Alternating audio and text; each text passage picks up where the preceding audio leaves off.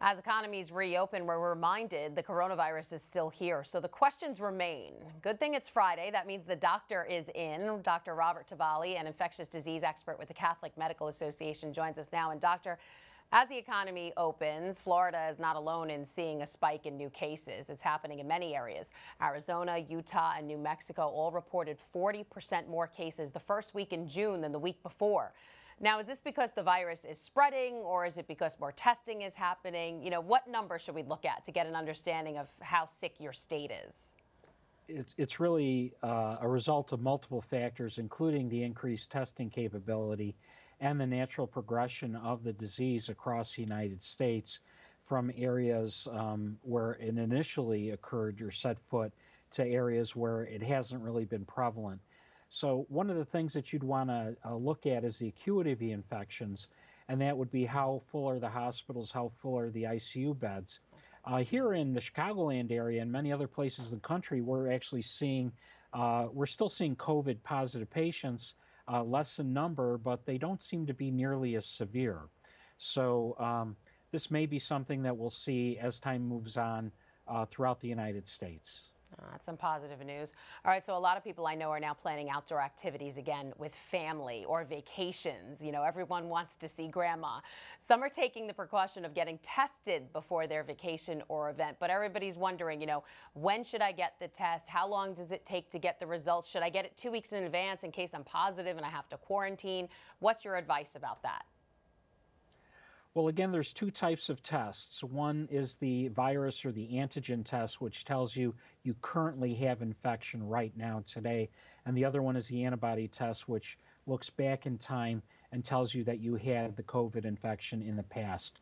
Now, the antibody test is the one that has been most readily available now in doctors' offices. It's a blood sample. And unfortunately, up to 40 to 50% of these tests have been falsely negative. So a negative test technically doesn't mean right now that you didn't have COVID sometime in the past.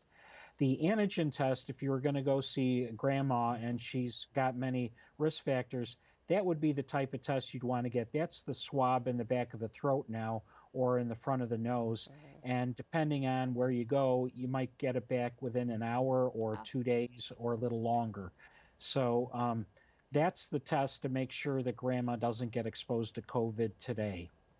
Okay, and do you suggest getting that right before your vacation or, a week before, 2 weeks before?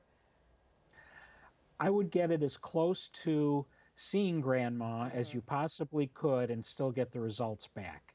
So if that's 3 or 4 days, then it's 3 or 4 days, but it's not, getting it a week ahead of time is not going to be helpful because 5 days later you could be symptomatic. Right. Right. Okay. All right. Another concern is, while the protests are still happening, now President Trump has decided to relaunch his campaign rallies. Should we be worried about another wave of the coronavirus? I'm worried about another wave. Yeah. But again, the virus seems to be mutating a bit, and whether or not the summer months will make it a little less contagious than it's been in the past. The World Health Organization, one of their officials, talked about the virus not being contagious from asymptomatic people. That was kind of a bold statement that she walked back with great vigor about a day later. So, but yes, with close person-on-person contact like you'd see in a rally or in a protest, we're very worried. We would probably see this either one generation or 2 generations away from that activity, contacts of the people in these activities, and that would take weeks to a month or more to see evident with cases presenting to the hospital or to the doctor. Wow, so we still have to take those precautions. Dr. Tabali from the Catholic Medical Association, thanks for joining us. Thank you very much.